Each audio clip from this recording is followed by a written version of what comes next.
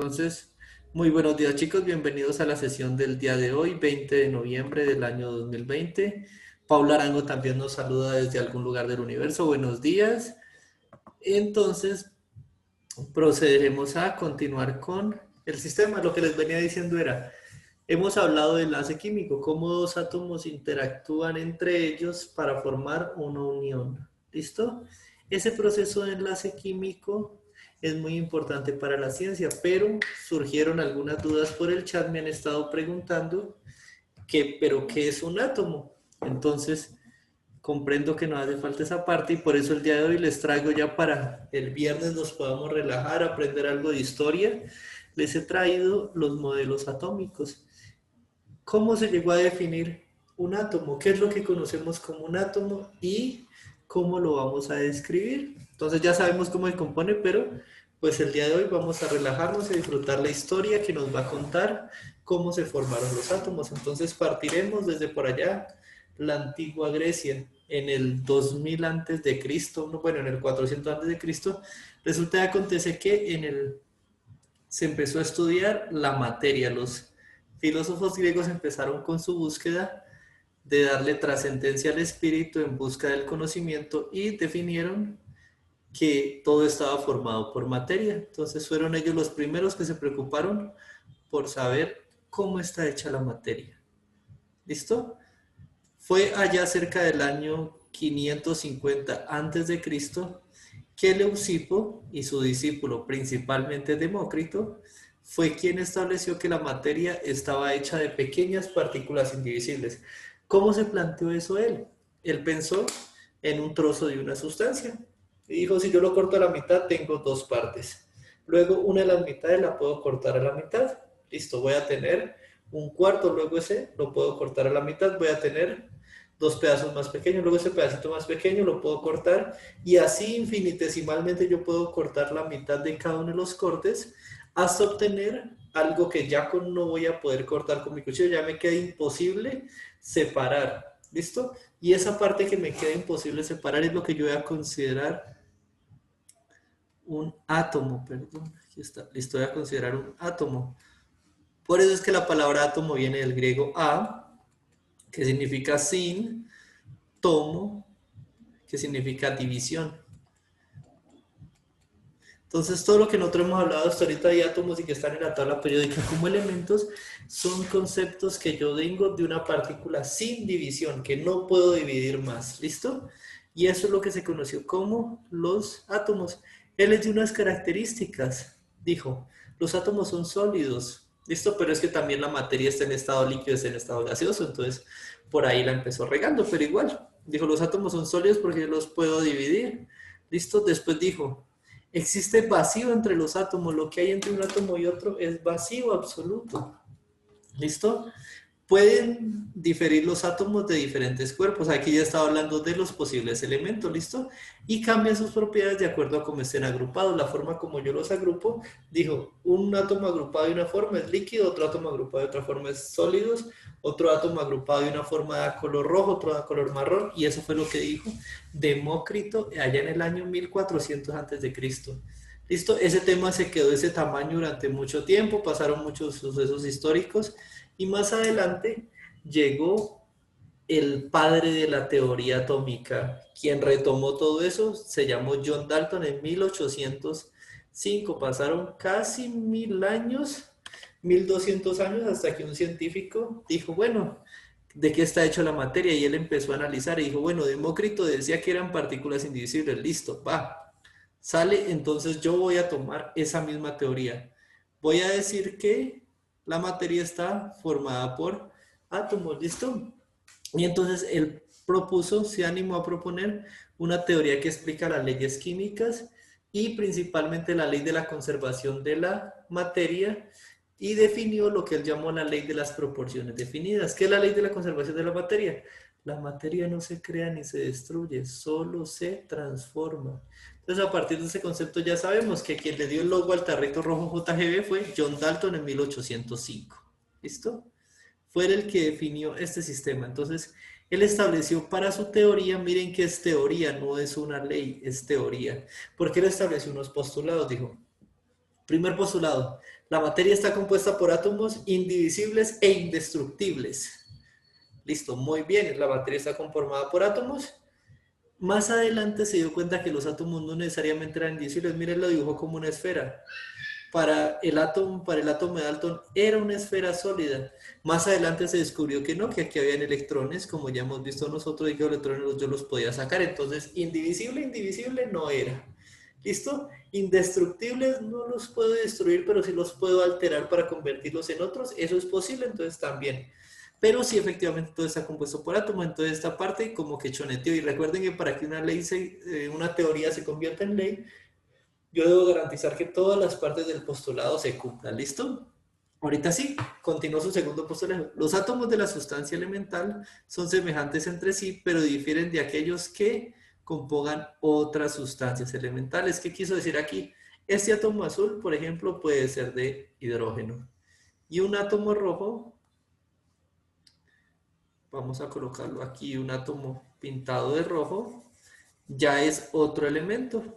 Ya va a pertenecer a otra familia, por tanto no puedo hablar de que son el mismo elemento. Ese átomo de rojo va a ser tal vez el helio. ¿Listo?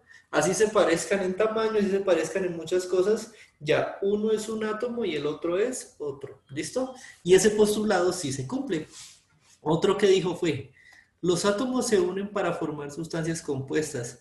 Se debe hacer en una proporción fija y entera de la misma forma. Dos o más elementos se pueden unir en distintas proporciones para formar diferentes compuestos. Ah, ¿qué quiso decir aquí? Él quiso decir lo siguiente, usted puede tener, el más empleado es este, usted puede tener carbono y oxígeno, ¿listo? Él se puede unir, ellos dos pueden reaccionar para formar dos compuestos. El primero de ellos es una relación 1,1-CO, se conoce como monóxido, ¿listo? Y es una relación 1 a 1. Eso es lo que él llamó proporciones fijas. Cada que usted tenga una porción de carbono y le ponga una porción de oxígeno, va a obtener CO, listo, monóxido.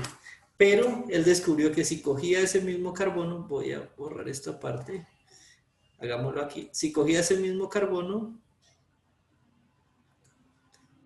pero le colocaba 2 de oxígeno, ¿listo?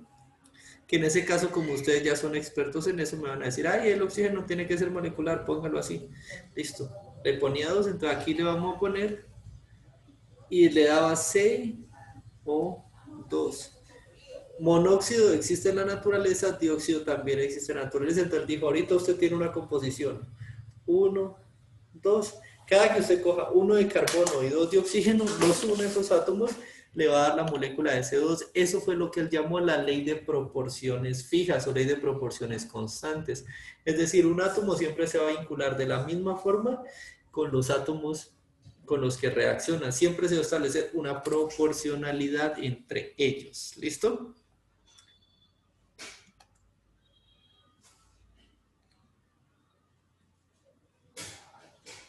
Listo, entonces aquí ya están escribiendo. Tenía una pregunta en el chat, pero no es así. Entonces hasta ahorita vamos bien hasta ahí, ¿cierto? Eso es una ley y eso estableció Dalton.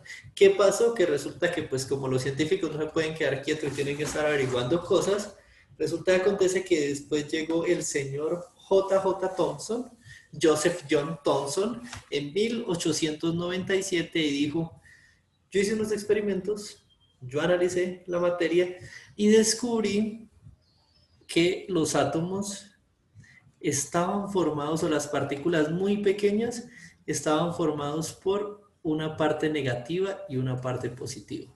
He descubierto eso. Y entonces la parte negativa la llamó electrones y la parte positiva era todo el resto del átomo, es decir, él lo llamó como si fuera un pastel con pasas. ¿Qué quiere decir esto? Él dijo, toda esta parte que vemos aquí, toda esa parte es positiva. Y como puesto ahí por trocitos, como por trocitos, están las partes negativas que yo he descubierto. ¿Cómo lo descubrió eso? Pues veamos lo que dice acá. Para llegar a este modelo se tuvieron en cuenta una serie de descubrimientos que fueron fundamentales para las ciencias. El primero, se determinó que la materia es de naturaleza eléctrica.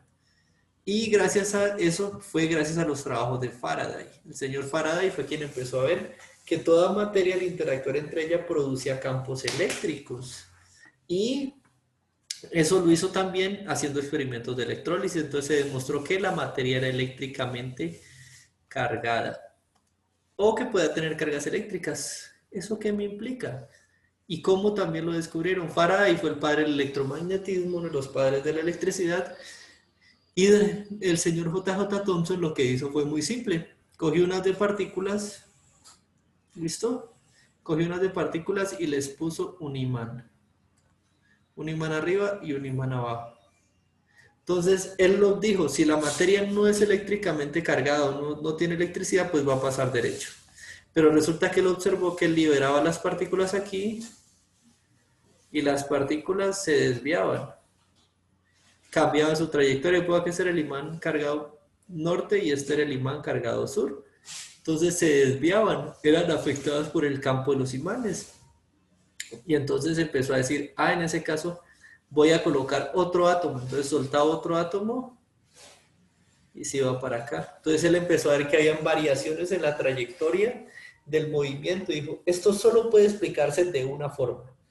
Que la partícula que antes Dalton nos decía que era indivisible esté formada y esté eléctricamente cargada. Pero al tiempo tiene que ser eléctricamente neutra. ¿Cómo funciona eso de que algo sea eléctricamente cargado, pero al tiempo sea eléctricamente neutro? Pues fácil, dijo, hay una parte positiva que es toda la coraza y en esa coraza hay partes equivalentes negativas. ¿Listo? De tal forma que la coraza me equivale a 1 positivo y las partes embebidas en la coraza me van a equivaler a 1 negativo. 1 positivo más 1 negativo le va a dar a usted 0. De esa forma la naturaleza es eléctricamente neutra, pero las partículas se encuentran eléctricamente cargadas, negativas y positivas. Entonces él dijo, listo, a toda esa coraza la vamos a definir como positiva. Y estas bellecitas que están ahí, las vamos a definir como electrones. ¿Listo? Las vamos a llamar electrones. Entonces, J.J. Thomson definió su modelo atómico de Pasa y definió la existencia de los electrones. Más adelante se empezarían a estudiar los electrones y se definirían las relaciones que hay con cada uno de ellos. ¿Listo? Ahora, ¿cómo lo hizo? Lo hizo mediante ese sistemita que se ve ahí. Ese sistemita es un tubo de rayos catódicos. Entonces, él propuso, cogió su tubito e hizo lo mismo. Lo que pasa aquí es lo siguiente. ¿Dónde está el dibujado? Listo, aquí está. Entonces, acá tenía una placa. 2 plaquitas eléctricamente cargadas, les aplicaba un voltaje. Entonces, ¿qué pasaba? Los electrones o las partículas que están aquí salían disparadas por acá y pasaban a través del tubo. Directo, pasaban del lado positivo, del lado negativo que era el cátodo, al lado positivo que era el ánodo. ¿Listo? Y eso solo podía ocurrir si las partículas estaban cargadas y se veían afectadas por una variación de voltaje. ¿Listo? Y después, en este tubo de rayos catódicos, el que empezó a hacer análisis con los imanes, observando la desviación de los mismos y observó cómo se afectaban. Eso hizo para determinar como tal la presencia y la carga de la materia como tal y empezó a actuar. Entonces, si él quería analizar oro, ¿qué hacía? Cambiaba esta placa por oro. Si quería analizar plomo, ¿qué hacía? Cambiaba esa placa y esta placa por plomo y así empezó, pero resultó que todas las partículas cuando eran sometidas a alto voltaje emitían el mismo sistema. Perdón, listo, emitían el mismo sistema.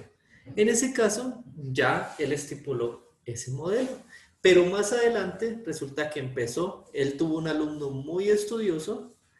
Bueno, miren, aquí está nuevamente diagramado el tubo de rayos catódicos. ¿Sí ven? A través de los rejillos pasaban partículas H+, y además de eso también se rompió con el paradigma que tenía Thomson, que las partículas eran inseparables, porque es que lanzaba hidrógeno de un lado y al otro lado le llegaba H+, es decir, se le perdió un electrón.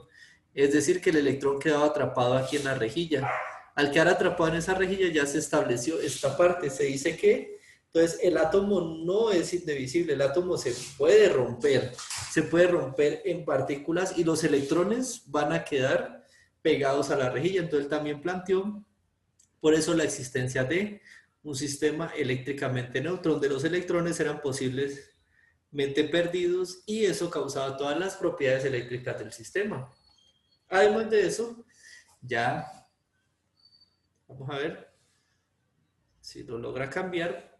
Aquí vamos nosotros a que el físico Ernest Rutherford, alumno, fue estudiante del señor Thomson, decidió llevar al siguiente nivel el modelo atómico de su profesor. Dijo, no, resulta que ya en este caso hay una parte positiva y hay una parte negativa. No se encuentran ahí mezclados y embebidos en una coraza, no señor.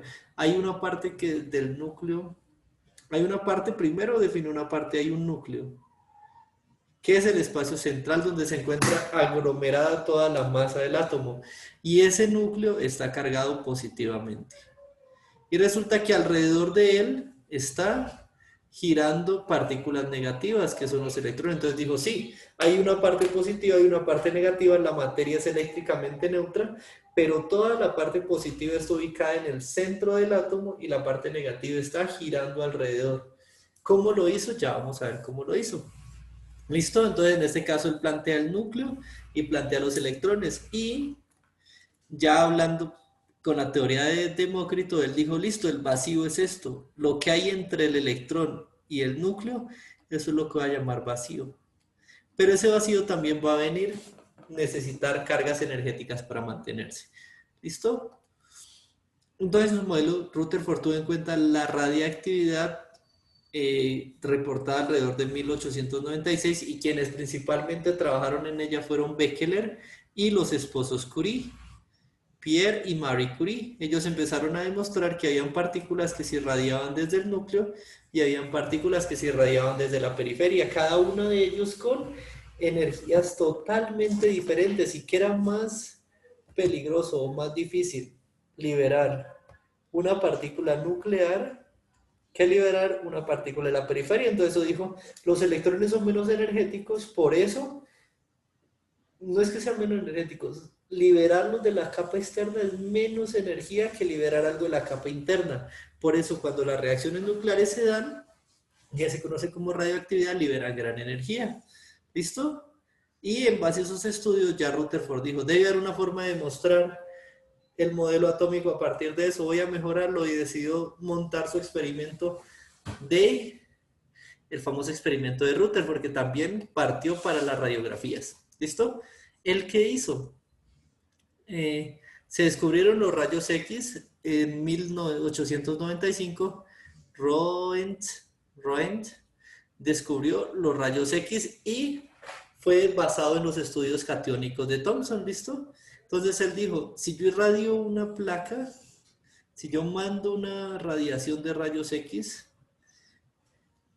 a un cuerpo, ciertos rayos lo atraviesan, ciertos rayos se quedan atrapados en el cuerpo y eso hace que yo pueda tomar esas famosas radiografías, ¿listo? Entonces Rutherford dijo, listo, si eso pasa con un cuerpo que cierta cantidad de energía la atraviesa y cierta cantidad se queda, el átomo debe tener parte de ese sistema, al átomo también debe funcionar así. Entonces el ejercicio de Rutherford dijo, demostró que a gran parte del volumen del átomo es vacío, acá lo estamos leyendo, gran parte del volumen del átomo es vacío, pero que los electrones están en constante movimiento alrededor, mientras que las cargas positivas se encuentran localizadas en el núcleo. Vamos a ver cómo fue el experimento que hizo Rutherford antes de pasar al modelo de Bohr. Entonces no pasamos al modelo de Bohr. Te les voy a explicar el experimento de Rutherford. Rutherford, ¿cómo hizo esto?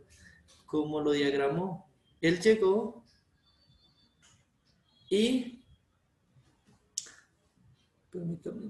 Listo. Llegó aquí y tomó una lámina de oro. ¿Listo? Tomó su laminita de oro curva.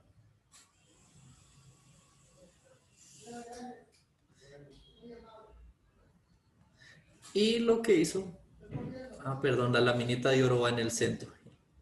Entonces, cogió la laminita de oro. ¿Listo? Del metal, pero arrancó por el oro. Y aquí alrededor, ahí sí dibujó un sistema totalmente curvo. Con una película sensible a rayos X, una película fotorreactiva. ¿Qué quiere decir esto? Fotorreactivo es decir que si algún fotón o alguna partícula de rayos X o de luz pegaba sobre ella, se hacía una manchita. Entonces, ¿el que dijo? Mi maestro dice que los átomos están así, positivo toda la coraza y negativo por partes. Si esto es cierto, yo le voy a mandar a él unas partículas cargadas de forma positiva. Él mandó partículas alfa, que son átomos de helio cargados positivamente. Entonces él mandó esas partículas y dijo, si esto es así, como la coraza es la mayor parte del núcleo, mis átomos cargados, lo que yo le envío, debería reflejarse. Entonces él dijo, listo, voy a mandar mis átomos contra esto, que son partículas alfa, y debería regresarse. Por tanto, en las placas no debería aparecer nada. Eso fue lo que él dijo. Si está compuesto así como mi maestro dice, debería pasar eso. Pero ¿qué pasó? Resulta que acontece que al finalizar el experimento él observó que una parte de los rayos sí se habían devuelto, otra parte de los rayos se habían desviado, listo, habían pegado en un ángulo diferente, otra parte habían seguido iguales con el mismo ángulo y otra parte se habían devuelto pero variando el ángulo. ¿Qué quiso decir entonces aquí? Entonces algo está pasando en la interacción con el sistema. Entonces dijo, listo, si yo propongo un núcleo que sea positivo, eso me explica las que se me regresan, porque cuando es irradiado, cuando es atacado, y justamente viene una partícula de helio positiva, listo, una partícula positiva, justo cuando pega contra el núcleo, se va a devolver. Eso explica los que se regresan. Ahora el que dijo, alrededor del núcleo tiene que haber un espacio vacío. Eso explica las que pasan derecho. Entonces cogió ahí. Las que pasan derecho pues es porque no se encuentran con nada y son estas. Explicó las que pasan derecho, pasan por el vacío. Pero ahora, ¿qué pasa con las que se desvían? Dijo el señor Rutherford. Y dijo, debe haber electricidad, ya hay electricidad, ya hay partículas, ya sé que el átomo es divisible, que tiene parte positiva, parte negativa. Entonces planteó que hay electrones, pero que hay electrones en movimiento y girando alrededor del núcleo. Se basó también en el sistema planetario. Y esos electrones que están girando alrededor del núcleo son la parte negativa. Entonces, cuando mi partícula positiva va viajando y pasa muy cerca de esos electrones, ella sufre una atracción, y al sufrir una atracción por el electrón, hay un desvío en el ángulo.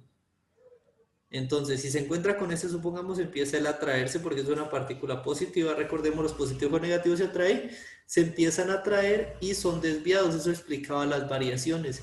Y eso también explicaba incluso de después de pegar en el centro, los se devolvieran, pero por aquí estuvieran interactuando con un electrón. Y eso explicaba también las variaciones, el regreso de ángulos desviados.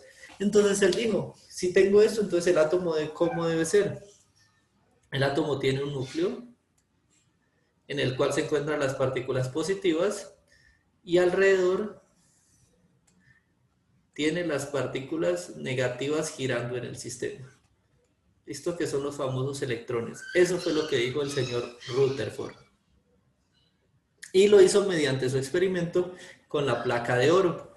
Después, ¿qué hizo? Pues obviamente cambió de placa, cambió a plomo, cambió a otros tipos de metales y obtuvo ahí diferentes respuestas, pero todas concordaban con lo mismo. ¿Listo?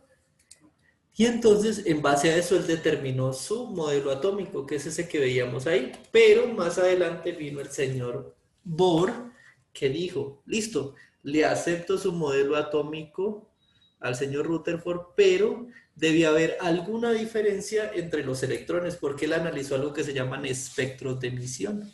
Es decir, que cada elemento generaba una fotografía diferente al ser bombardeado por luz. Y fue ahí donde el físico Niels Bohr en 1913 propuso que los electrones deberían moverse alrededor del núcleo a gran velocidad y en órbitas definidas, y cada una de esas órbitas tenía un nivel de energía característico. Es decir, para que un electrón viva en el nivel 1 necesita tener tanta energía, pero para que ese electrón pase al nivel 2 necesita aumentar la energía. ¿Listo? Y para que llegue al nivel 3 pues necesita un aumento de energía más grande. Eso habló de delta D, variación de la energía. Y la energía de las órbitas iba en aumento. Entonces dijo, listo, la energía en un átomo debe estar cuantizada, y apareció el término cuantización de la energía. Es decir, que cada estado energético requiere cierta cantidad fija para saltar de una órbita a otra. Porque ya como vemos, Rutherford había definido que habían espacios vacíos. Entonces digo, listo, de aquí a aquí hay un espacio vacío que es de una órbita a otra órbita. Pero para saltar de aquí a aquí se requiere cierto valor fijo de energía. No es cualquier energía, sino que es un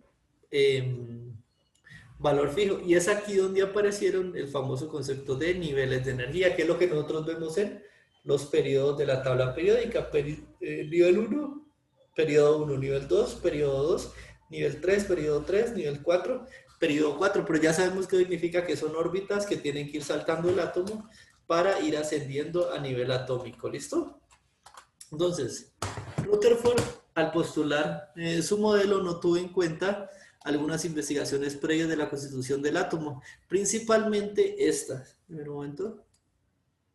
Principalmente las consideraciones asociadas a la emisión o la absorción de luz. ¿Por qué? Porque ya fue Bohr el que dijo, entonces, si usted tiene una capa central y varias acá arriba, ¿cómo explica usted que yo al meterle luz a un átomo, el átomo me la devuelva de diferentes formas? Entonces ya fue aquí donde Bohr dijo lo siguiente. Vámonos para la batipizarra. Dijo lo siguiente. Va a tener usted un átomo. Y suponga que todo usted tiene varias formas de giro. Entonces aquí tiene la parte positiva, aquí tiene el N1. Cuando la luz le llega aquí, ese electrón que está en N1 toma parte de esa energía, una pequeña parte, porque aquí hay una gran energía. Aquí se toma una pequeñita parte y ese electrón salta al 2. ¿Listo? Salta aquí al N2. Otros van a tomar una energía más grande, otros van a tomar una delta D más grande, si te van a pasar del 1 al 3. Entonces él lo que hizo fue bombardear con luz un átomo y después observó que aparecían algo que se llaman espectros de emisión, es decir, lineecitas de luz. Entonces, después de bombardearlo, él observó que ese salto de N1 a N2 aparecía esta línea, pero que ese salto también podía darse de N1 a N3, apareciendo esta otra línea, y que podía pasar a N4 también. Y esto fue lo que se llama el espectro de emisión del hidrógeno. ¿Por qué se cogió el hidrógeno? Fácil y rápido y sencillo, porque el hidrógeno, ¿cuántos electrones tiene? Tiene un solo electrón. Entonces él quería ver hasta dónde saltaba. El electrón se supone que estaba aquí. Cuando le dabas energía saltaba al segundo, luego al tercero, luego al cuarto, luego al quinto, y descubrió que podía saltar hasta n igual a 7. Descubrió esas radiaciones, y eso decía entonces que la energía tiene que ir cuantizada. Y después él dijo, pero es que la energía que hay aquí para saltar al primero, que es h mu, no debe ser la misma que adquiere para saltar aquí al segundo. Y tampoco debe ser la misma que adquiere para saltar al tercero. Entonces debe haber una cantidad de energía fija para que salten. ¿Listo? Y esa cantidad de energía fija es la que se conoce como cuantización de la energía. Esos son los famosos niveles energéticos. Y eso fue lo que dijo el señor Niels Bohr, allá por los años 1913. Y resulta que acontece que después de eso vino otro de sus alumnos, otro de ellos, y explicó esto. En ese caso, los átomos se van a presentar un cierto número de órbitas posibles, denominadas estados estacionarios, en las que el electrón gira sin que ocurra una emisión ni absorción de energía. ¿Listo? Cuando el átomo absorbe o emite energía en forma de radiación, los electrones de a su alrededor son promovidos a una órbita siguiente. Entonces, aquí están sin emisión de energía, está en su estado basal. Cuando ellos se excitan, pasan a una órbita superior y adquieren un estado excitado. ¿Listo? Y eso es lo que dice Bohr. Cuando adquiere cierta cantidad de energía, pasa a otra órbita de mayor energía. Y una vez se les acaba la energía para ir allá arriba, ellos van a caer. Y eso es lo que se conoce como procesos de emisión, espectros de emisión. ¿Listo? Entonces los postulados de Bohr explicaron perfectamente al átomo de hidrógeno. Sin embargo, organismos más complejos no pudieron ser explicados por este sistema. ¿Listo? Aquí, pues el recurso, comúnmente nosotros hemos visto el átomo de Bohr y es el que dibujamos ahí. Pero resulta que acontece que este átomo como tal, hasta aquí llega el recurso, pero yo les voy a explicar otro datico más para que no queden con ese sinsabor en la boca. Porque muchos de ustedes me están preguntando, profe, pero ahí usted coloca el átomo y esferas circulares alrededor. Después de Bohr, apareció un científico que se llama Sommerfeld. Él dijo, él era fanático de la astrología, entonces Bohr tenía con órbitas circulares. Él dijo, resulta que acontece que la forma como se dispersa la energía en los sistemas atómicos no es constante y por eso es que se dan fenómenos de ionización y polarización de los sistemas. Entonces debe haber un átomo central, pero dispuesto a su alrededor, sí están girando, pero en órbitas elípticas, así como los planetas, en elipses. Y ese es el modelo que nosotros hemos visto que hasta ahora se acepta. Si el que nosotros aceptamos es el modelo de Born-Sommerfeld. Sommerfeld simplemente digo, colóquelo en elipses y ya le queda perfecto porque eso le permite a usted explicar muchas interacciones de la materia con el sistema. ¿Listo? Sommerfeld dijo eso, pero más adelante vino otro científico. Pasaron muchos años y por allá en los años 1600, bueno, mentira, 1950 llegó un científico que se llamó, el científico es Schrödinger. Y él, basado en diferentes estudios de la materia, principalmente los postulados de Planck, y alguien con que se peleaba constantemente Planck era Einstein. ¿Listo? Entre estos dos se la pasaban peleando. ¿Por qué? Porque uno decía que la materia era sólida, Planck decía que eran partículas, Einstein decía que eran energía, y vino alguien llamado de Broglie. Sí, creo que era de Broglie. Vino y unificó esto y creó el principio. Dijo que la materia era energía y partícula al tiempo. Y ya después vino Sommerfeld y dijo, listo, si es partícula, energía al tiempo, usted va a tener un átomo central, pero alrededor usted va a tener una bruma. Usted no los va a tener girando en órbitas, sino que va a tener una bruma. Puede el electrón estar aquí, aquí, aquí, aquí, aquí. Y, sí, Carolina, y usted va a tener una dispersión. A esa dispersión él la llamó densidad de probabilidad. Es decir, usted tiene una probabilidad de encontrar un electrón en una región del espacio. Entonces, imaginémonos la basura cósmica que gira alrededor del planeta. Usted no puede definir en qué punto está su satélite, sino que usted define, es una región de probabilidad. Usted dice, yo lo mandé para que esté a 1000 kilómetros de la atmósfera, entonces entre la Tierra y esos 1000 kilómetros hay una alta probabilidad de encontrar mi electrón. Entonces él definió el átomo como un modelo probabilístico, que realmente ahorita el que se acepta es el modelo probabilístico de Sommerfeld, que explica casi todos los átomos. ¿Listo? Ese es el desarrollo que hemos tenido nosotros hasta la actualidad del modelo atómico. Hasta ahí, ¿alguna pregunta, chicos? Vamos entonces acá a poder, para que veamos el avance histórico. Aquí ya lo podemos ver nosotros de forma más concreta que lo explicado en el recurso. Miremoslo, aquí está. ¿Listo? Mírenlo, aquí lo tenemos. Dalton. Después de Dalton vino Thomson, Rutherford, Bohr con sus niveles de energía circulares, pero también sabemos que Sommerfeld aportó aquí. Y Sommerfeld después vino el señor Schrödinger, quien definió el modelo de nube electrónica. Lo definió así como una cebolla con diferentes capas. Miren, aquí tenemos otro ejemplo. Modelo de Thomson de pasas. Rutherford definió que había un espacio central y alrededor girando cargas negativas. Bohr los definió en diferentes órbitas y esta órbita, recuerden que cuando es elíptica ya es por culpa de Sommerfeld. Y después vino el modelo de Schrödinger que dijo, eso que usted define como órbitas sí existen, pero las vamos a ver como regiones de probabilidad. Es decir, usted no puede decir el electrón está girando aquí, sino que usted va a decir, hay una probabilidad de encontrarlo en esta zona o en esta zona, que son esferas, sí, pero a partir de ahí se definen lo que nosotros conocemos como orbitales atómicos. Él dijo, hay regiones de probabilidad, unas regiones son circulares, otras regiones son como 8, otras regiones son en forma de flor, y definió los números cuánticos, que es el tema que veremos la siguiente semana. ¿Listo, chicos? ¿Hasta ahí alguna pregunta que complete con el sistema? Entonces, ahora sí, ya sabiendo todo eso, ustedes simplemente, ¿qué van a hacer?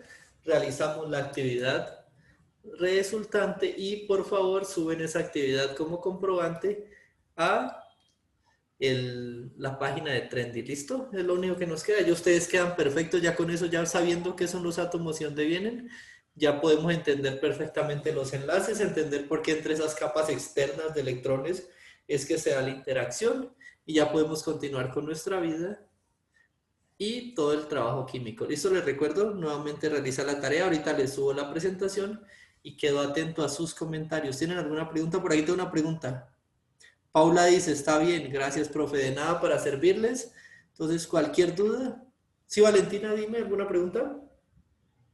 No, profe, tranquilo. Ah, listo. A todos ustedes, muchas gracias, muchachos. Entonces, no siendo mal, les deseo que tengan un feliz fin de semana. Recuerden, por favor, se los pido, colocarse al día con todas las actividades de los recursos.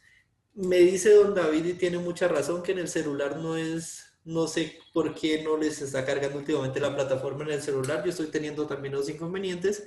Entonces, sí les recomendaría, pues, buscar la forma de hacerlo. Si no pueden por el celular, por favor a través de algún computador. Listo, no se van a tomar mucho tiempo, pero pues la idea es que lo hagan. Bueno,